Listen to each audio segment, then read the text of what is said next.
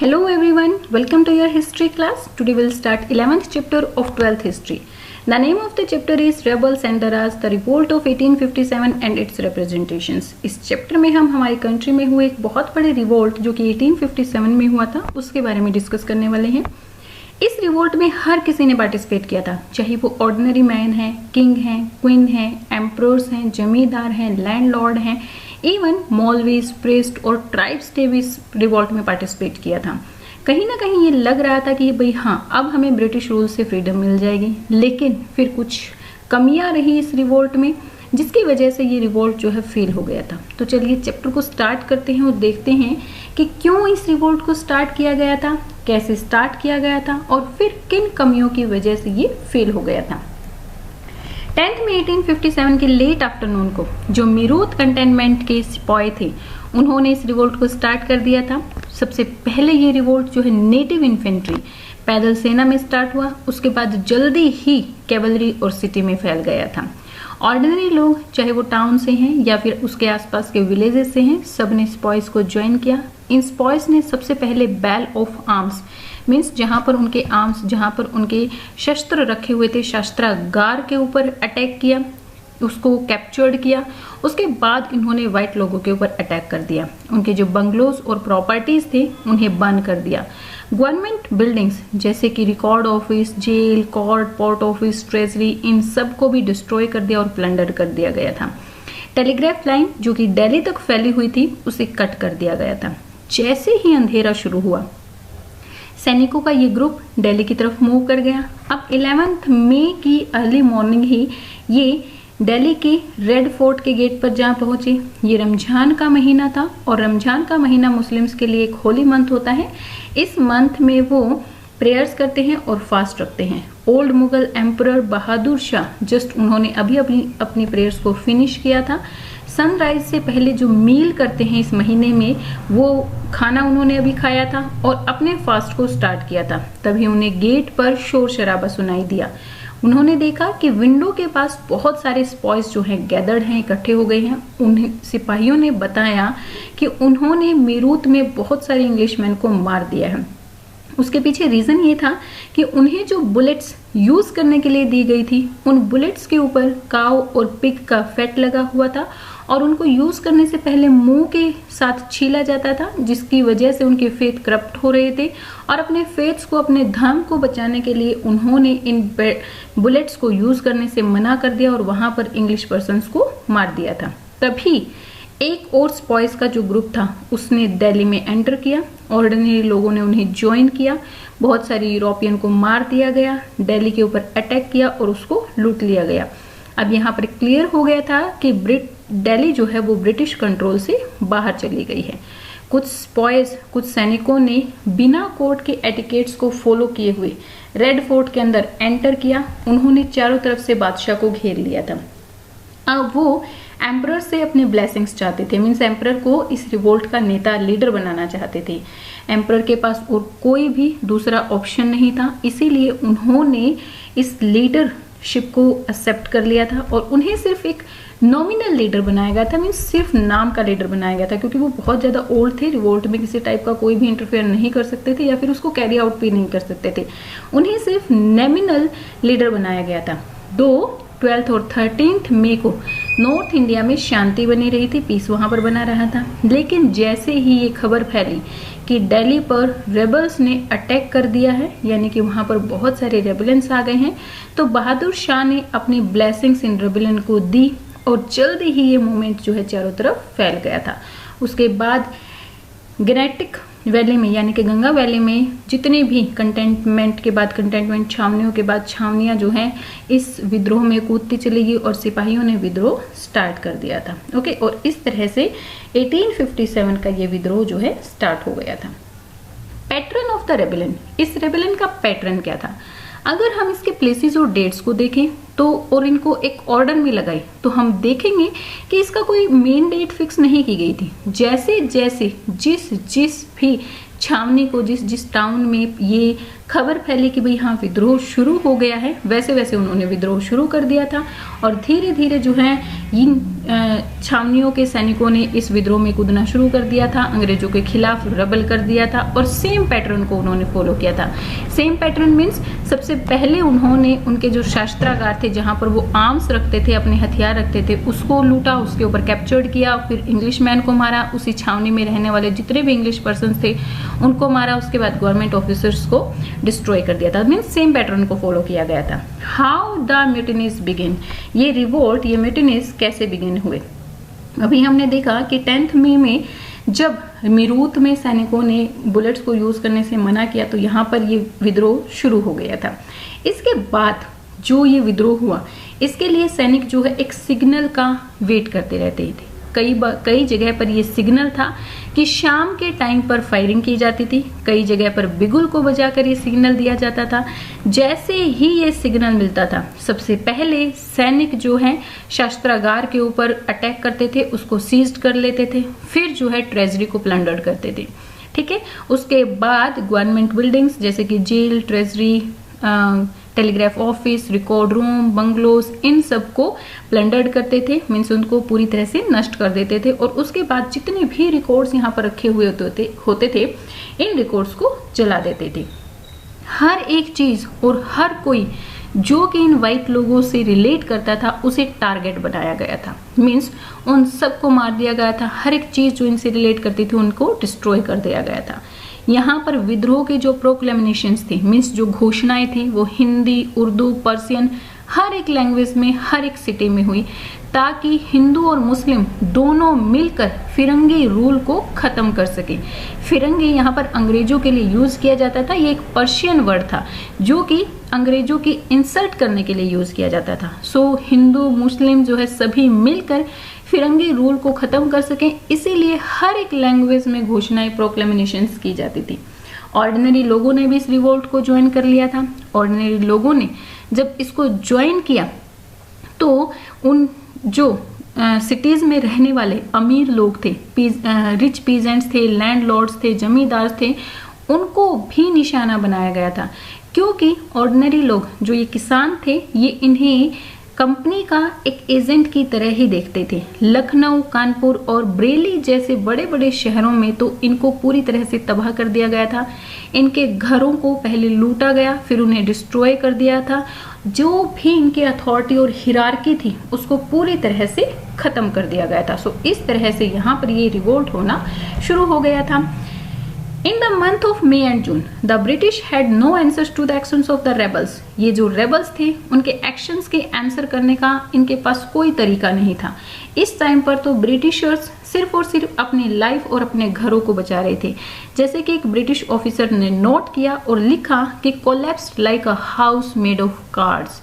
हम इस तरह से डिस्ट्रॉय हो गए हैं, ब्रिटिश रूल इस तरह से डिस्ट्रॉय हो गया है जिस तरह से कार्ड से बना हुआ एक घर कोलैप्स्ड, डिस्ट्रॉय हो जाता है। अब ऑर्डिनरी लोगों का इसके ऊपर क्या इफेक्ट हुआ? Ordinary life in extra ordinary time, ये जो एक्स्ट्रा ऑर्डिनरी टाइम चल रहा था, इसके ऊपर, इसकी वजह से ऑर्डिनरी लोगों की लाइफ के ऊपर क्या इफेक्ट हुआ? यहाँ पर एक न्यूज़पेपर प्रिंट दिया गया है जिसको कि 14 जून 1857 में उर्दू अखबार में प्रिंट करवाया गया था। इसमें लिखा गया है कि बाजारों में वेजिटेबल्स और स्पिनच नहीं मिल रही हैं। पीपल जो है कद्दू यानी कि पंपकिन और ब्रिंजल्स के लिए शिकायतें कर रहे हैं, वो कहीं पर भी नहीं मिल रही हैं। पटैटोस और यम कहीं कहीं पर अवेलेबल हैं, लेकिन ये स्टिल बासी और रोटन है, गली सड़ी हुई है, क्योंकि वेजिटेबल वेंडर्स ने, ग्रोवर्स ने इनको स्टोर करके रखा था, जिसकी वजह से ये सड़ गई हैं। हाँ, शहरों में कहीं कहीं पर गार्डन्स में कुछ चीजें दिखाई देती थी, कुछ सब्जियां दिखाई देती थी, लेकिन वो सिर्फ रिच लोगों के लिए थी। पुअर और मिडिल क्लास तो उन्हें खरीद नहीं सकते थे, उन्हें देखकर सिर्फ और सिर्फ अपने लिप्स पर लिख करके रह जाते थे, मीन्स अपने होठों को चाट कर रह जाते थे, मुंह में जब पानी आ जाता था उन्हें देखकर। ओके, आगे लिखा हुआ है एक और चीज यहाँ पर ध्यान देने लायक है कि अगर ऐसे ही चलता रहा तो बहुत बुरा हो जाएगा। मीन्स यहाँ पर जो पुअर लोग थे, जो कि वाटर कैरियर्स थे, मीन्स पानी को भर कर लाते थे, रिच लोगों के लिए उन्होंने पानी को भरना बंद कर दिया था। अब रिच लोग खुद पानी भरने के लिए जाते थे और पानी भरने के बाद ही अपने घरों में खाना बनाते थे। शहर में किसी टाइप का कोई काम नहीं हो रहा था, किसी को कोई आमदनी नहीं हो रही थी। मीन्स हर एक लोग जो है, मीन्स हर कोई जो है गरीब गरीब गरीब होता चला जा रहा था। आगे लिखा हुआ है कि अगर ऐसा ही चलता रहा तो धीरे धीरे यहाँ पर सिचुएशंस बहुत ज़्यादा सीवियर हो जाएंगी। डिके, डेथ और डिजीज चारों तरफ फैल जाएंगी। इवन वो सिर्फ सिटी लाइफ को ही स्पॉइल नहीं करेंगी, आसपास का जो एरिया है उसको भी स्पॉइल करेंगी। एपिडेमिक भी यहाँ पर फैल सकता है, मीन्स महामारी भी फैल जाएगी अगर इसी तरह से चलता रहा तो। सो ये सारी अफेक्ट जो है ऑर्डिनरी लोगों की लाइफ पर हो रहे थे। नेक्स्ट है लाइंस ऑफ कम्युनिकेशंस। कम्युनिकेशन कैसे होता था इन रेबेलियंस के बीच में। अब जो ये सिमिलर पैटर्न यूज किया जाता था, ये पैटर्न वैसे तो नहीं यूज किया जा सकता, मीन्स कोई ना कोई प्लानिंग जरूर होती थी। तो क्वेश्चन ये अराउज होता है कि ये प्लानिंग क्या होती थी और कौन जो है इन प्लानिंग्स को करते थे, प्लानर्स कौन होते थे और किस तरह से यहाँ पर मैसेजेस को दिया जाता था। ठीक है, तो इसी में एक जो है यहाँ पर एक एग्जांपल दिया हुआ है कि इसमें कोई शक नहीं है कि अलग अलग जो कंटेंटमेंट थी उनके जो स्पॉय थे उनके बीच में एक अच्छा कम्युनिकेशन बना हुआ था। जब 7th अवध इरेगुलर कैवलरी ने मई में नई जो बुलेट्स आई थी उनको यूज करने से मना कर दिया, तो उन्होंने 48 नेटिव इन्फेंट्री को एक लेटर लिखा। उन्होंने इस लेटर में लिखा कि हमने अपने धर्म की रक्षा के लिए, अपने फेथ को बचाने के लिए इस चीज के लिए मनाही की है और 48 इन्फेंट्री के ऑर्डर का इंतजार कर रहे हैं। जो ये सिपाही और उनके जो मैसेंजर्स होते थे वो एक जैसे दूसरी जगह पर आते रहते थे और इस विद्रोह के बारे में बातें करते रहते थे। अब विद्रोह की बनावट मीन्स किस तरह से जो विद्रोह है, और उन साक्ष्यों से ऐसा लगता है कि भाई हाँ प्लानिंग तो कोई ना कोई की गई थी, लेकिन जो एविडेंसेस हमारे पास हैं वो सीधे हमें इन क्वेश्चंस का आंसर नहीं दे रहे हैं। लेकिन एक इवेंट यहाँ पर बताया गया है कि जिससे हमें पता चलता है कि किस तरह से ये लोग इन एक्शंस की प्लानिंग किया करते थे। यहाँ एक 41 नेटिव इन्फेंट्री जो कि ये जो विद्रोह के दौरान अवध मिलिट्री पुलिस के कैप्टन हियरसे की जो सुरक्षा थी उसका जिम्मा भारतीय सैनिकों के ऊपर था, भारतीय सिपाहियों के ऊपर था। जहां कैप्टन हियरसे तैनात था वहीं पर 41 नेटिव इन्फेंट्री भी थी।